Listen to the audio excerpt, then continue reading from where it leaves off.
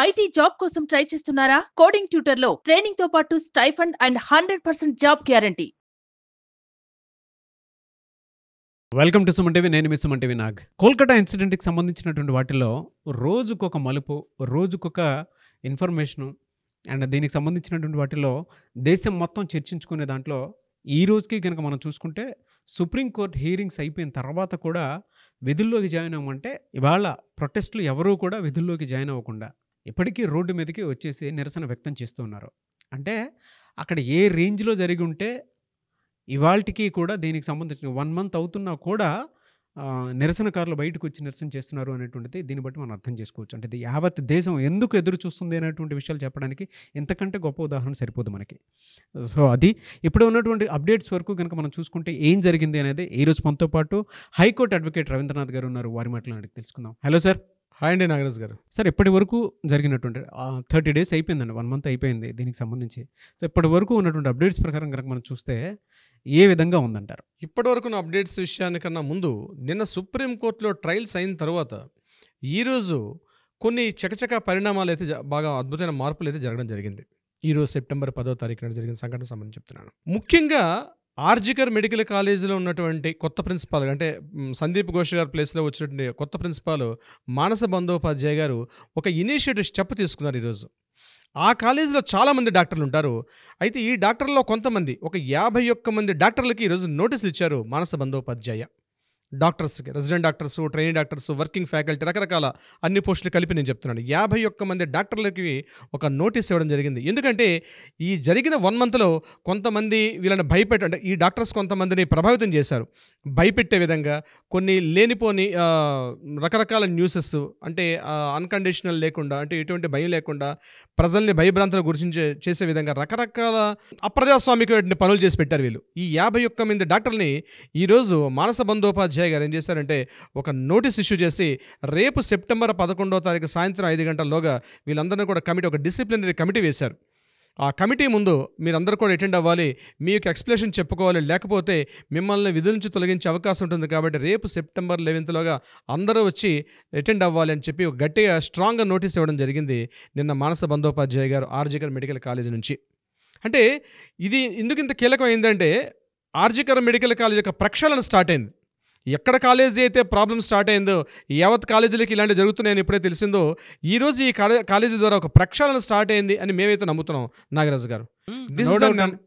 No doubt ప్రక్షాళన మొదలైంది కూడా. ప్రక్షాళన మొదలైంది అంటే ఎక్కడైతే మనం సుప్రీంకోర్టు ఏదైతే టాస్క్ ఫోర్స్ వాళ్ళు కేటాయించారో ఒక కమిటీ, ఆ 10 members కమిటీ ఏదైతే చేశారో బహుశా ముందేంటంటే ఉన్నటువంటి కలుపు మొక్కలను తొలగిస్తే కానీ దీన్ని ప్రక్షాళన స్టార్ట్ అవ్వదన్న ఉద్దేశంతో మానస బందోపాధ్యాయ గారు ఆల్రెడీ ఇతను ఒకసారి సందీప్ ఘోష్ గారు లాస్ట్ ఇయర్లో ఎప్పుడైతే సస్పెండ్ అయ్యి నేషనల్ మెడికల్ కాలేజీకి వెళ్ళారో ఆ టైంలో కూడా ఇతను మానస బందోపాధ్యాయ గారు వర్క్ చేశారు.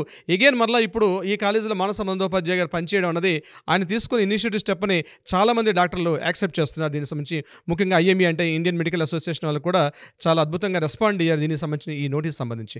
నెంబర్ 2 సందీప్ ఘోష్ విషయం. సందీప్ ఘోష్ గారిని ఇవాళ పోలీసులు CBI కోర్టు ముందు హాజరుపరచడం జరిగింది. సెల్డా హైకోర్టుకి వాళ్ళు తీసుకొచ్చారు, సెల్డా కోర్టుకి తీసుకొచ్చారు. సెల్డా కోర్టులో చాలాసేపు ట్రయల్స్ జరిగాయి సందీప్ ఘోష్కి సంబంధించి, ఈ ఫినాన్షియల్ ఇర్రెగ్యులర్ సంబంధించి చాలాసేపు ఈ వాళ్ళ దగ్గర ఉన్న ఇంట్రాగేషన్స్, ఇన్వెస్టిగేషన్స్ ఏవైతే చేశారో దీనికి సంబంధించి ఈరోజు సెల్డా కోర్టులో చాలాసేపు డిస్కషన్ జరిగాయి. చాలా ప్రూఫ్స్, ఎవిడెన్సెస్ అన్నీ కూడా సబ్మిట్ చేయడం జరిగింది. ఎగైన్ మరలా ఫైనల్గా ఏం చేశారంటే సాయంత్రం 4:20 ఈయనకి మరొక సెప్టెంబర్ 23rd వరకు జ్యుడిషియల్ కస్టడీని ఎక్స్టెన్షన్ చేస్తూ ఈరోజు జడ్జి గారు తీర్పు ఇవ్వడం జరిగింది సందీప్ ఘోష్ గారికి. మళ్ళీ చుక్కెదురైందని కోర్టులో. ఆయన బెయిల్కి ట్రై చేస్తున్నారు కానీ బెయిల్స్ కష్టం యాక్చువల్గా, as being an legal proceedings ప్రకారం చాలా కష్టంగా ఉంది. But at the same time ఆయనకి ఈరోజు సెప్టెంబర్ 23rd వరకు కూడా ఆయనకి మరలా జ్యుడిషియల్ కస్టడీ పొడిగించమని చెప్పారు. బట్ ఆ జ్యుడిషియల్ కస్టడీ టైమింగ్స్, ఆ విధి విధానం అంతా కూడా ఒక ప్రొసీడింగ్స్ ప్రకారం ఆయనకి జరుగుతూ ఉంటుంది. దీనిలో ఖచ్చితంగా ఆయన ఇబ్బందులకు గురయ్యే పరిస్థితి ఉంటుంది. సందీప్ ఘోష్ గారి యొక్క సిచ్యువేషన్స్ అన్నాయి, మరి దీనికి ఆ రేప్ కేసుకి ఇంటర్లింక్స్ ఉన్నాయా లేదండి మనకి తొందరలో తెలిసే అవకాశం కూడా ఉంటుంది. ఇదిలా ఉండగా థర్డ్ పాయింట్ మనం చెప్పుకోవాలంటే సందీప్ ఘోష్ మీద జరిగిన ఎన్ఫోర్స్మెంట్ దాడులు, అంటే ఆర్థిక అక్రమార్జనలు ఒక ప్రభుత్వ ఉద్యోగి ప్రైవేట్గా అంటే గవర్నమెంట్కి తెలియకుండా గవర్నమెంట్ నుంచి పొందినటువంటి ఇన్కమ్ని తన సొంత ఆస్తులు ఎలా అయితే కూడబెట్టుకున్నారో చాలా కూడబెట్టుకున్న మనం ఇంతకుముందు గడచిన వీడియోలు చెప్పడం కూడా జరిగింది. ఈరోజు మరలా ఈడీ వాళ్ళు కూడా ఇంతకుముందు జరిగిన ప్లేసులతో పాటు మరొక 11 ప్రాంతాల్లో ఈడీలు ఎన్ఫోర్స్మెంట్ డైరెక్టరేట్ ఈరోజు దాడులు చేశారు. దీనిలో ప్రధానంగా ఆపరేటర్గా పనిచేస్తున్నటువంటి ప్రసూన్ చటర్జీని ఈరోజు అదనంగా తీసుకున్నారు. ఆయన్ని కూడా అదుపులో తీసుకున్నారు. ఆర్థిక అవకతవకలకు సంబంధించి ముఖ్యంగా వీళ్ళు ఎక్కడైతే దాడులు చేశారో, ముఖ్యంగా క్యానింగ్ ఏరియా దాడులు చేశారు, బల్గేరియా ప్రాంతంలో సంబంధించిన దాడులు చేశారు. ఇట్లా ఈయనకి ఎక్కడెక్కడైతే ఆస్తులు ఉన్నాయో, ఎక్కడైతే గుర్తించారో ఆ ప్రతి ప్రదేశంలో కూడా అటాక్స్ చేశారు. అక్కడ దొరికినటువంటి ఆ పేపర్స్ లిస్టుని తీసుకొని అందులో ప్రసూన్ చటర్జీ అనే ఒక వ్యక్తిని ఈరోజు ఇంటర్గేషన్లో ఆయన కస్టడీలో తీసుకున్నారు. ఆయన చిత్తరంజన్ మెడికల్ కాలేజ్ ఉన్నటువంటి ఆయన ఒక ఆపరేటర్గా తెలుస్తుంది మనకి దీనికి సంబంధించి. సో సందీప్ ఘోష్కి అయితే ఒక విధంగా చెప్పాలంటే అష్టదిగ్బంధనం స్టార్ట్ అయింది. మరి ఆ ఇంటర్గేషన్లో ఉన్నటువంటి డీటెయిల్స్ అన్నవి మనకి బహుశా తొందరలోనే తెలిసే అవకాశం కూడా ఉంటుంది నాగరాజు గారు దీనికి సంబంధించి. నిన్న సుప్రీంకోర్టు ట్రయల్స్లో భాగంగా ఒక ఇంట్రెస్టింగ్ డిస్కషన్ అయితే మనం చూసామండి లైవ్ డిస్కషన్లో నాగరాజు గారు. ఆ లైవ్ డిస్కషన్లో ఎలా అంటే ఓవైపు గవర్నమెంట్ రిప్రజెంట్ చేసుకున్న కపిల్ సిబాల్ గారు మాట్లాడుతున్నారు, మరోవైపు సిబిఐ నుంచి ఉన్నటువంటి అడ్వకేట్స్ మాట్లాడుతున్నారు, అలాగే ఈ కేసుకు సంబంధించిన మరికొంతమంది అడ్వకేట్స్ అక్కడ గ్రూప్ ఆఫ్ అడ్వకేట్స్ మాట్లాడుతున్నారు. పైన ధర్మాసనం పైన ఉన్నటువంటి ముగ్గురు జేపీ పార్దీవాలా కావచ్చు, లేకపోతే Manoj Mishra, Pardiwala and chief justice అయినటువంటి చంద్రచూడ్ గారు కూడా కూర్చొని డిస్కషన్స్ అవుతున్నాయి. ఇందులో ఈ డిస్కషన్స్ చాలా ప్లెజెంట్గా జరుగుతాయి. అంటే మనం మాట్లాడుకున్నంత ఆవేశపూరితంగా ఉండవు అక్కడ డిస్కషన్స్ అనేవి. చాలా ప్లెజెంట్గా 1 by 1 ఒక డిఫెన్స్ వాళ్ళు ఒక వర్డ్ చెప్తే దానికి ఎగ్నిస్ట్ పేపర్ సబ్మిషన్ చేయడం ఇలా ఉంటుంది అక్కడ డిస్కషన్స్ అన్నీ కూడా సుప్రీంకోర్టు లైవ్లో. అయితే ఇందులో ఈ డిస్కషన్ అవుతునేటప్పుడు కపిల్ సిబాల్ గారు గవర్నమెంట్ తరఫున మాట్లాడుతూ ఉంటే ఈ సిబిఐ నుంచి రిప్రజెంటేషన్ చేస్తున్న మెడికల్ డిపార్ట్మెంట్ నుంచి ఎవరైతే అడ్వకేట్స్ ఉన్నారో అతను కౌస్తుబ్ బాగ్చి అని, ఆ కౌస్తుబ్ బాగ్చి అనే ఒక అడ్వకేట్ గారు కొద్దిగా సీరియస్గా మాట్లాడడం జరిగింది. ఏ ఉద్దేశంతో అంటే దాన్ని ఫునిటివ్ ట్రాన్స్ఫర్ అంటారు. ఫునిటివ్ ట్రాన్స్ఫర్ అంటారు దీన్ని. అంటే ఏంటంటే చట్టబద్ధత లేనటువంటి ట్రాన్స్ఫర్ చేయడం, అంటే బదిలీ చేయడం అనమాట. ట్రాన్స్ఫర్స్ చేస్తూ అంటే ఎట్లాంటి బదిలీ అంటే ఏదైనా క్రిటికల్ సిచ్యువేషన్స్ వచ్చేటప్పుడు వితౌట్ ఎనీ ప్రయారిటీ లేకుండా ఇమీడియట్గా ట్రాన్స్ఫర్ చేసే విధానం మీద బహుశా అటువంటిది ఏదో డాక్టర్స్ ఫేస్ చేసినట్టున్నారు ఇష్యూ సంబంధించి. అయితే ఈ కౌస్తుబ్ బాగ్చి గారు ఏం చేశారంటే చాలా సీరియస్గా ఆ సిచ్యువేషన్ అంతా ఒక కూల్ మోడ్లో జరుగుతుంది. కపిల్ సిబాల్ గారు అపార మేధావి, సుప్రీంకోర్టులో ఆల్మోస్ట్ మోర్ దాన్ 27 years నుంచి నంబర్ ఆఫ్ కేసెస్ చూశారు. అసలు అవతల వాళ్ళని ఎట్లా డిఫెన్స్లో నెట్టాడో ఆయన తెలుసు. ఒక కీ పాయింట్ రిలీజ్ చేస్తారు, అవతల వాళ్ళు ఆవేశపడేట్టుగా చేస్తారు. ఆవేశపడిన తర్వాత తమాషా చూస్తారు. ఇది కపిల్ సిబాల్ గారికి ఉన్న నేచర్ అది. ఒకప్పుడు రామ్ జత్మాలి గారికి ఉండేది. మేము అప్పుడు లైవ్ టెలికాస్ట్ లేవు, బట్ మేము చదివేవాళ్ళం పుస్తకాల్లో. రామ్ జత్మాలి గారు కానీ లేకపోతే పాల్కీవాలా ఇట్లాంటి మహామౌలు వాళ్ళ సైటేషన్స్ మేము చదివేటప్పుడు మాకు అర్థం అవుతుంది. అట్లాంటి సిచ్యువేషను నేను ఇంట్రెస్టింగ్ పాయింట్ ఒకటి మనం చూడడం జరిగింది సుప్రీంకోర్టులో.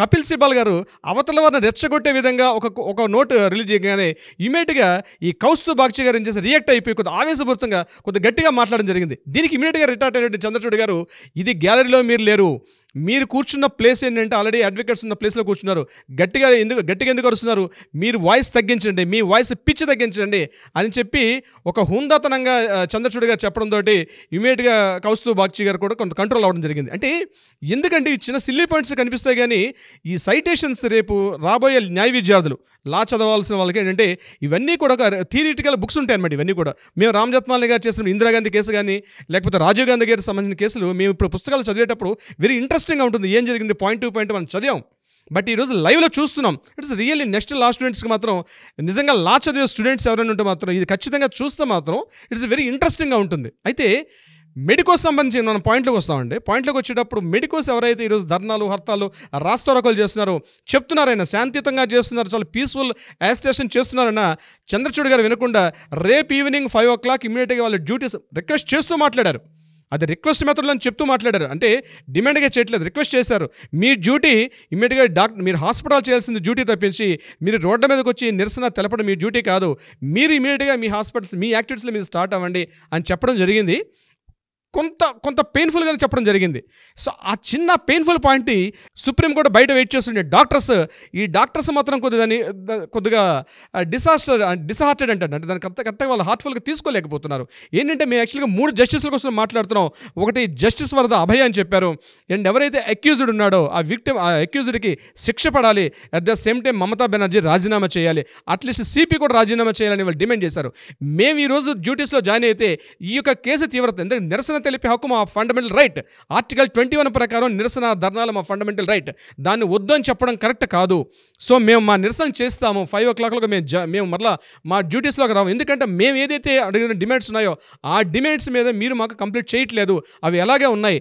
మీరు జ్యుడిషియల్ వ్యవస్థ చేస్తున్నారు, బట్ మా డిమాండ్స్ ఏది కంప్లీట్ కాలేదు అని నిరసనకారులు ఈరోజు అయితే 5 o'clock జాయిన్ అవ్వకుండా ఎగైన్ మళ్ళీ రోడ్ల మీద వాళ్ళందరూ నిరసన తెలుపుతున్నారు. ఈవెన్ IMA కూడా, ఇండియన్ మెడికల్ అసోసియేషన్ డాక్టర్స్ కూడా దీని మీద మన సుప్రీంకోర్టు ఇచ్చిన తీర్పుని కొద్దిగా బాధపడేట్టుగా వాళ్ళు స్టేట్మెంట్ ఇవ్వడం జరిగింది. At the same time NMC వాళ్ళు, నేషనల్ మెడికల్ కౌన్సిల్ ఉన్నటువంటి డాక్టర్స్ కూడా దీనికి చెప్పడం జరిగింది. ఢిల్లీలో ఉన్న AIIMS, all India institute of medical science, ఆ స్టూడెంట్స్ డాక్టర్స్ కూడా దీని మీద ఇది కరెక్ట్ కాదు సుప్రీంకోర్టు జడ్జిమెంట్ అని చెప్పడం జరిగింది. అయితే ఎప్పుడైతే సుప్రీంకోర్టు స్టేట్మెంట్ రిలీజ్ అయిందో నిన్న సాయంత్రం, ఇమీడియట్గా మార్నింగ్ మమతా బెనర్జీ గారు తనకేదో ప్లస్ పాయింట్ వచ్చినట్టుగా ఫీల్ అయ్యి ఒక స్టేట్మెంట్ రిలీజ్ చేశారు. మేము రెడీగా ఉన్నాం చర్చలు చేయడానికి. నిరసనకారులు ధర్నాలు చేసేవాళ్ళు, మీ గ్రూపులో ఎవరైనా ఒక 3 members మీ రిప్రజెంటేటివ్ ఎవరైనా పెద్దవాళ్ళు ఉంటే ఇమీడియట్గా రండి, మనం కూర్చొని చర్చలు చేసుకుందామని చెప్పడం జరిగింది. కానీ వాళ్ళు డిమాండ్ చేస్తుంది ఒకటి, ఇమీడియట్గా CPని మాత్రం మీరు ఆ పోస్ట్ నుంచి తీసేయమని చెప్పడం జరిగింది. అయితే ఇక్కడ CP గారు ఇప్పటివరకు స్టేట్మెంట్ చెప్పని CP గారు ఈరోజు వెరైటీ స్టేట్మెంట్ ఇచ్చారు. ఏమన్నారంటే, నేను రిజైన్ చేయడానికి రెడీగా ఉన్నాను, కానీ మీకు జ్యుడిషియల్ సిస్టమ్ తెలియదు కాబట్టి టెక్నికల్ పారామీటర్స్ ఉంటారండి, నేను ఈ రోజుగా చేయడానికి రెడీగా ఉన్నాను, బట్ సిస్టమ్ అది కాదు, డెమోక్రటిక్లో కొన్ని సిస్టమ్స్ ఉంటాయి, స్టేట్ గవర్నమెంట్లో నేను రిజైన్ చేయలేను అని ఆయన చాలా నేగ్గా తెలివిగా తప్పించుకున్నారు మన వివేక్ గైల్ గారు అనేటువంటి CP గారు.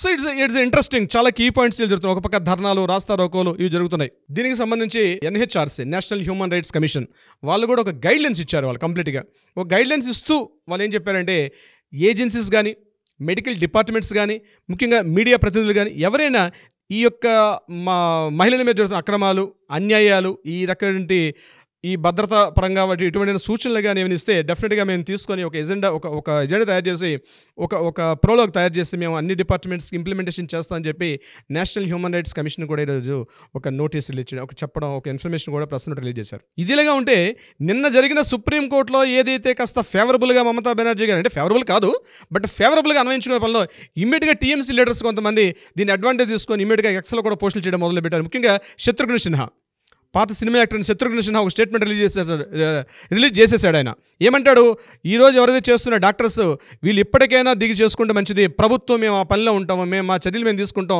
మాకు తెలుసు ఎట్లా ప్రజలను చేయాలో, సంఘటన జరిగింది కాబట్టి దీనిని పెద్ద సంఘటన కాదు, ఇది చాలా చిన్న సంఘటన, దీన్ని దేనికో ముడిపెట్టి మీరు ప్రభుత్వాన్ని కూల్చే ప్రయత్నం చేస్తున్నారు అని చెప్తూ ఆయన ఒక స్టేట్మెంట్ రిలీజ్ చేయడం జరిగింది. అది కూడా మనకి ఎక్స్లో కనిపిస్తుంది.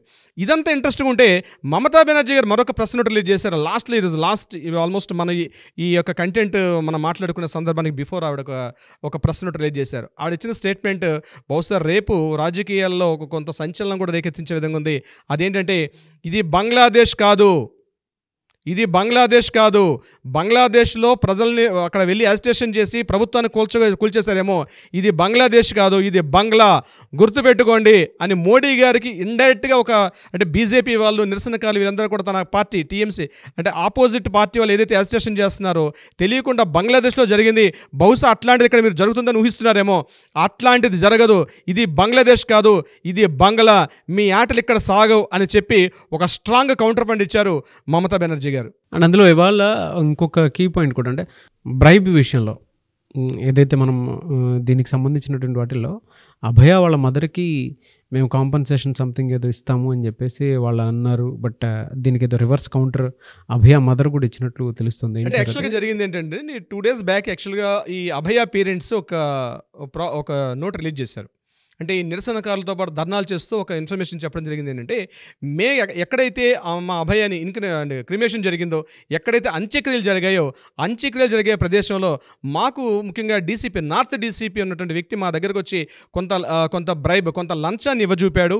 సో మేము తీసుకోలేదు. అంటే లంచం దేనికి, బహుశా ఈ యొక్క యాజిటేషన్ని మీరు తీసుకొని మీరు తగ్గితే మంచిది అన్నట్టుగా మాకు ఇవ్వడానికి ప్రయత్నం చేశారు. అట్ ద సేమ్ టైం మాకేంటంటే మా బంధువులతో కూడా వైట్ పేపర్స్ మీద సంతకాలు తీసుకునే ప్రయత్నం చేశారు, కానీ మేము దాన్ని రివర్స్ చేసామని ఒక 2 days బ్యాక్ మన అభయ వాళ్ళ పేరెంట్స్ ఒక స్టేట్మెంట్ ఇవ్వడం జరిగింది. అది అఫీషియల్గా ఇచ్చారు కూడా స్టేట్మెంట్. అయితే దాన్ని ఉద్దేశిస్తూ ఈరోజు మమతా బెనర్జీ గారు కౌంటర్ పాయింట్ చెప్తూ మన రాష్ట్రంలో అటువంటి ప్రయత్నాలు మేము ఎప్పుడు చేయలేదు, ముఖ్యంగా పేరెంట్స్కి మేము ఎటువంటి మేము కానీ మా గవర్నమెంట్లో ఉన్నటువంటి ఏ యొక్క అధికారి కూడా అటువంటి స్టేట్మెంట్స్ ఇవ్వలేదు అని చెప్పి ఆయన గట్టిగా మమతా బెనర్జీ గారు గట్టిగా ఒక రివర్స్ స్టేట్మెంట్ ఇవ్వడం జరిగింది దీనికి సంబంధించి.